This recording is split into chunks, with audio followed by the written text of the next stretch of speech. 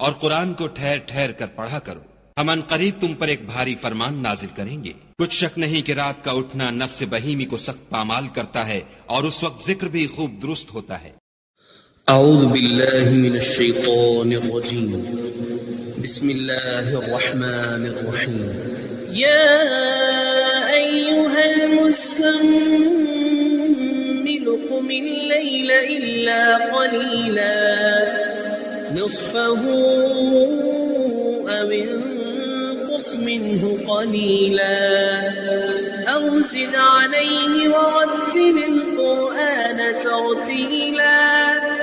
इन्ना सनुल्क़ी अलैक क़ौलन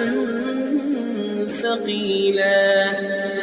إن ناشئة الليل هي أشد وطئا وأقوم قيلا إن لك في النهار سبحا طويلا واذكر اسم ربك وتبتل إليه تبتيلا رب المشرق والمغرب لا إله إلا هو فاتخذه وكيلا واصبر على ما يقولون واهجرهم هجرا جميلا وذرني والمكذبين أولي النعمة ومهلهم قليلا إن لدينا أنكالا وجحيما وطعاما ذا غصة وعذابا أليما يوم ترجف الأرض والجبال وكانت الجبال كثيبا مهيلا إنا أرسلنا إليكم رسولا شاهدا عليكم كما أرسلنا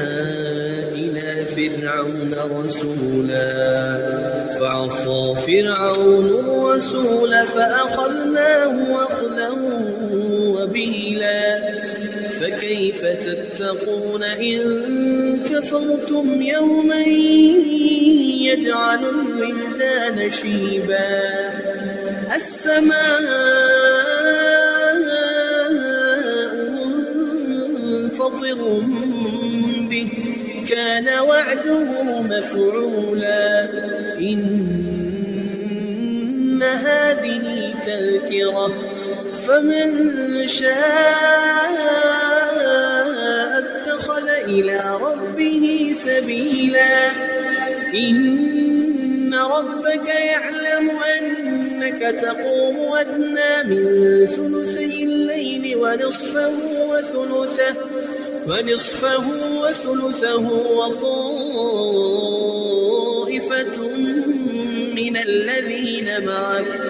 والله يقدر الليل والنهار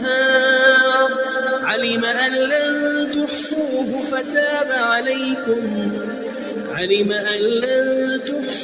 فتاب عليكم فاقرؤوا ما تيسر من القرآن علم أن سيكون منكم مرضى وآخرون يضربون في الأرض يبتغون من فضل الله وآخرون يقاتلون في سبيل الله فاقرؤوا ما تيسر منه وأقيموا الصلاة وآتوا الزكاة وأقرضوا الله قرضا حسنا وما تقدموا لأنفسكم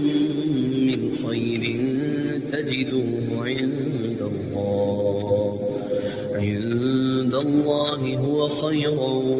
وأعظم أجرا واستغفروا الله إن الله غفور رحيم. صدق الله العظيم.